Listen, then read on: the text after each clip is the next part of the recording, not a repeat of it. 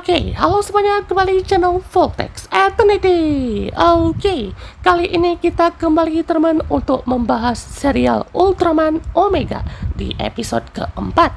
Yang pastinya episode kali ini akan menjadi debut dari Ultraman Omega Requines Armor ya. Dan pastinya juga akan menjadi episode yang berfokus lagi ya teman ke Kosei dan Sorato ya. Jadi untuk Pak Ayumu kan udah tuh ya di episode 2 dan di episode 3 kalau salah ya kan itu udah dikasih spotlight bareng Kosei juga sih ya teman ya. Jadi kita teman sini Kosei juga sedang melatih ya teman ya untuk Requines ini biar dia juga seperti patuh ya teman ya kepada si Kosei juga gitu ya. Nah, jadi udah dicoba ya teman di summon ya kan, dicoba dulu berapa gerakan ya kan, dan juga dengan kekuatan telekinesisnya dari Requines ini ya teman ya. Jadi sesuai juga kan ya karena ada nama kines ya kan atau telekinesis ya kan itu ya permainan kata doang ya teman ya. Dan di sini juga Kosei menghitung ya teman menggunakan stopwatch juga untuk perubahan dari Requines itu seperti apa ya teman ya, dan juga berapa lama nih dia bisa bertahan ya teman ya. Dan ternyata cuma bisa sampai 10 menit doang ya teman ya, dan mungkin ya bisa lebih kalau Kosei-nya bisa lebih berlatih lagi mungkin ya, atau bisa berevolusi atau mungkin bisa bersatu dengan si Requines ini ya teman ya. Jadi itu pun juga kayaknya ada lah ya kan untuk perbedaan waktu-waktunya ya teman ya. Kalau misalkan Kosei juga bisa melatih dirinya juga gitu ya, jadi mungkin bisa tahan lebih lama lagi ya teman, mungkin sekitar 20 menit ya. Dan 10 menit itu juga cukup oke lah ya teman ya untuk seperti kaiju ini ya, karena juga mau dipakai sebanyak apapun juga kalau sampai tenaganya habis ya gimana juga gitu ya.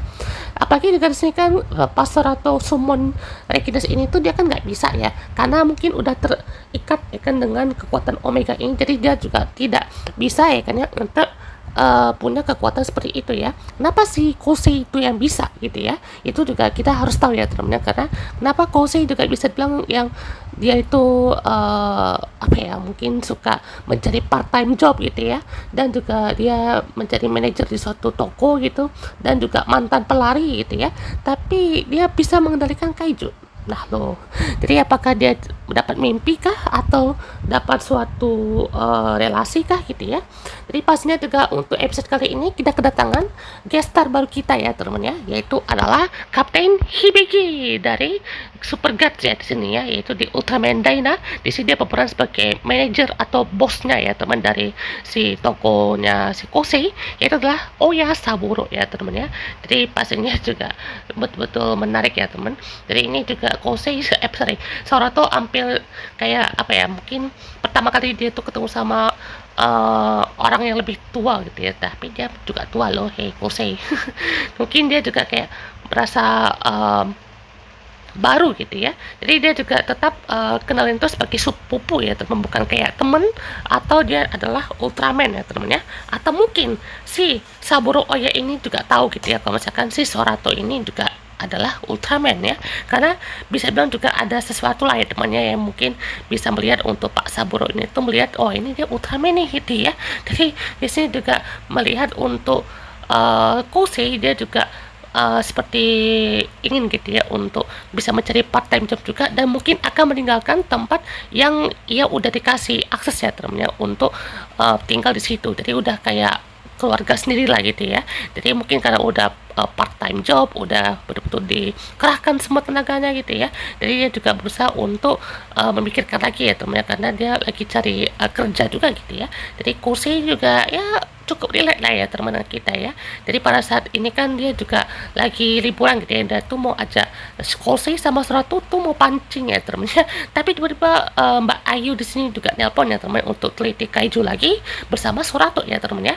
Nah di sini Kosei tuh udah mau ini loh ya temennya untuk coba cancel dulu kayaknya jadwalnya, tapi tiba-tiba Soratonya bilang oh aku nggak apa-apa kok, ini sendiri aja kan, lagian juga untuk apa ya, mungkin nikmati dulu kayaknya untuk waktu liburannya gitu ya. Tapi ya Kosenya mungkin jadinya kayak hah, berarti nggak butuh aku nih gitu ya, jadi mungkin berasa tuh kayak nggak dianggap atau apa gitu ya, jadi ya udah gitu ya.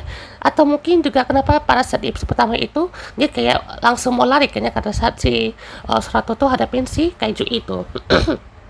karena mungkin di masa lalunya pun juga di sini ya nampak gitu ya, mungkin ada dia suka diacuhkan atau diremehkan gitu ya. Jadi si Kosei juga berasa untuk Omega ini tuh atau Surato ini dia juga mungkin akan berbuat yang sama gitu ya, tapi ya tetap tidak sampai menyakiti hati orang gitu ya, cuman kesel aja gitu ya, karena mungkin dia gak dianggap aja gitu ya, karena mungkin kayak wah aku udah punya kekuatan Rekines nih, masa aku nggak diajak gitu ya, ataupun walaupun aku nggak tahu kaiju amat gitu ya, tapi bisa jadi support yang sangat menarik. Dan untuk aja si Pak Saburo Oya juga punya ide ya temennya untuk membuat pemikiran tuh nggak penuh amat lah gitu ya. Nah di sini juga Mbak Ayu udah ketemu sama Sorato ya teman, yang juga lagi meneliti kaiju ya kayaknya di suatu tempat gitu ya, dan juga di sini kaijunya tuh kayak tersembunyi gitulah ya teman ya. Terus juga ada seperti macam rekaman, dan juga di sini Pak Saburo Oya juga mengajak Kose ini bermain shogi ya teman. Ini shogi juga nggak tahu ya teman aturannya gimana ya. Ya kan katanya sama kayak catur ya, cuman mungkin berbeda sedikit ya teman untuk role-nya ya. Dan juga di sini Sorato menemukan part-part dari kaiju itu ya teman. Mungkin ini tuh kayak bulunya ya teman ya. Karena ya dia tuh katanya kan udah kayak menebarkan atau ada ketinggalan gitu ya. Dia ninggalin jejak di kaiju ini. Dan juga kaiju ini pun juga katanya based on dari salah satu kaiju purba, yaitu adalah Therizinosaurus ya teman ya. Jadi kaiju yang udah diperkirakan hidup ribu-ribu tahun itu juga pastinya ada yang muncul lagi dia, cuma mungkin ada yang selamat dari peristiwa meteor. Tahu kan ya meteor apa di kapur akhir gitu ya kan ya.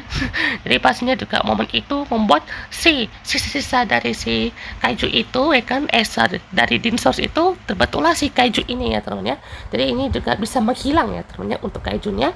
Dan di sini juga Kosei juga sempat unggul gitu ya. Namun juga di sini dia punya cara lain gitu ya, sama kayak Sorato, dia juga punya sesuatu yang untuk membuat Kaijuna tuh juga seperti menantang gitu ya, sama kayak kata-kata dari Pak Saburo ini ya teman ya.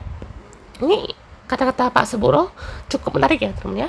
Jadi intinya tuh dibilang kalau misalkan satu orang ya kan ya kayak jenderal emas itu dia tidak bisa ngalahin raja sendirian tanpa satu pion ya, pion atau orang yang mungkin tidak punya apa-apa gitu ya, mungkin cuma punya pedang, perisai apapun itu, tapi dia juga jadi support yang berguna ya teman ya. Dan juga itulah yang membuat kalau misalkan ya mungkin dia juga nggak bisa cari kerja sendiri gitu ya, harus ada support dari seseorang juga gitu ya, untuk seperti dia bisa mendapatkan apa impiannya juga gitu ya. Terus juga untuk dari semua yang kita tahu gitu ya, untuk dari Omega ini itu kekuatannya juga kan ya udah pasti kayaknya ada bantuan juga gitu ya. Jadi pastinya juga sini Sorato juga menghadapi si kaiju ini ya teman ya, dan juga si Kosei juga datang teman dengan kekuatan Rekinesnya di sini juga langsung ya teman untuk membantu Sorato, dan dia juga betul-betul bisa ya teman berkomunikasi dengan Rekines ini sampai matanya berwarna biru ini tuh berarti dia udah bisa mengendalikan ya teman ya. Dan juga kita patut tunggu nih ini Kosei ini dia emang bersatu dengan kaiju tuh, jadi kayak udah punya kendali ya teman ya, atau entitas ya mungkin ya. Dan juga nanti kan ada satu lagi yang si Trigaron ya kan ya, yaitu katanya si episode 7 atau 8 ya teman bakalan debut, dan pastinya juga ini langsung dia pakai kekuatan telekinesisnya untuk membuat distraction ya teman terhadap si kaiju ini. Dan si juga muncul teman untuk Omega Rekines Armor ya teman ya. Jadi ini ternyata ada macam dua metode ya teman ya, atau dua mode. Jadi maksudnya ada sleep dan juga mode caliber ya teman ya. Dan juga di sini ada kekuatan dari kedesnya juga tersalurkan dan menjadi aura tuh Meteo Kaiju dulu ya teman ya. Habis itu juga dia berubah jadi pedang, dan juga pastinya kekuatan dari Meteo Kaiju Rekines dipakai menjadi armornya ya teman ya. Dan ini pastinya juga salah satu armor yang mungkin ya oke lah ya teman ya, menarik. Dan juga pastinya serangannya udah pasti cepat ya teman ya. Dan saya juga cukup kaget ya teman, ternyata serangannya tuh kayak slice and hack gitu ya teman ya, hack and slash, jadi kayak betul-betul cepat gitu ya teman ya. Dan juga sampai menghilang ya kan, alias meledak. Nah pastinya juga udah selesai ya teman untuk sekitar konflik dari si Sorato dan juga si Okos ini kan ya. Konfliknya nggak terlalu serius sih ya, maksudnya cuma kayak ya masalah kecil doang gitu ya, tapi ya makna yang disampaikan oleh si Pak Saburo ini juga sangat berarti lah gitu ya, karena dia juga pastinya tahu gitu untuk dia tetap menyediakan tempat tinggal untuk Kose ini gitu ya, walaupun dia juga lagi cari kerjaan gitu ya, tapi tempat tinggal dari Pak Saburo ini tuh udah jadi tempat tinggal yang udah pasti selalu ingin ia ketemui gitu ya. Jadi Saburo ini juga kayaknya bahkan jadi mentornya si Kose yang betul-betul berbakti, teman. Ini saya yakin kalau misalkan mentor ini muncul lagi ya, dalam beberapa hari ke depan ya, pastinya juga bakalan seru ya teman, karena kan Pak Mentor Saburo Oyo ini kan juga betul-betul luar biasa ya teman ya. Nah, untuk episode berikutnya teman, di episode kelima ini pastinya akan berfokus ke Sorato lagi teman, dan juga di sini ada case baru ya teman. Ini saya juga lupa nih namanya siapa ya teman. Ini salah satu yang patut diseru juga, karena ini juga kurang lebih sama kayak Ultraman Decker episode 5 ya teman ya, dimana ada case anak kecil ya, atau anak-anak itu yang juga bisa berteman dengan kaiju ya teman ya. Bedanya kalau di Decker itu dia sama Eleking, kalau ini tuh sama Monster Ahgar kalau salah ya, atau apa tuh ya namanya, kecil-kecil gitu ya. Jadi ini juga pastinya kaiju baru katanya, atau kaiju original, dan juga ini seperti home age untuk di Ultraman 7 kalau salah ya, atau Ultra 7 ya teman, episode berapa tuh yang kaijunya juga bisa kayak ular gini ya teman ya. Jadi ini juga pastinya, ini sekilas ya kayaknya untuk aktrisnya ini kayak aktrisnya si Lisel ya, Lisel Jardak di Kamen Gabu ya teman ya, si Elena Kamata ya kan, karena dari mukanya kayak gini, terus juga senyumannya gitu ya, dan juga pastinya untuk episode kali ini sangatlah luar biasa. Karena mungkin terlalu singkat ya, jadi kita akan kasih info update langsung aja ya teman ya. Jadi ini ada dari beberapa scan terbaru ya teman, dari Ultraman Omega. Jadi pastinya ada beberapa kaiju baru di episode 5 ini akan muncul, Ohebinushi no Mikoto ya. Jadi ini yang kayak ular gini ya teman, kalau salah nih yang home age itu di Ultra 7 episode 11 ya, itu namanya juga Nurse gitu, oke. Terus untuk episode ke-6 akan muncul kaiju pasangan ini namanya ya, kaiju pasangan namanya tuh Gedorak namanya ya, yaitu male and female. Berarti ini kayaknya episode 6 bakal fokus ke Mbak Ayu ini ya. Oke, Mbak Ayu dapat episode fokus lagi nih akhirnya ya. Terus juga untuk episode ke-7 itu ada Omega ya kan ya, dan juga debutnya dari Trigalon dulu ya temennya. Berarti ini Trigalon dulu, baru nanti episode 8-nya debut si Trigalon Armor ya temennya. Terus juga ada Gomora ya kan, kaiju yang sudah pasti sangat legenda ya temennya. Dia muncul di mana-mana.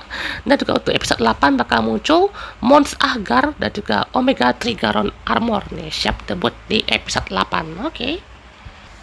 Dan ini teman, untuk beberapa scan terbarunya ya kan, jadi pastinya ada Ultraman Omega, dan pastinya udah bakalan banyak sorotan ya dari si kaijunya ya kan, dan juga untuk debut dari Rekines dan Trigger Armor pastinya ditunggu ya teman, oke.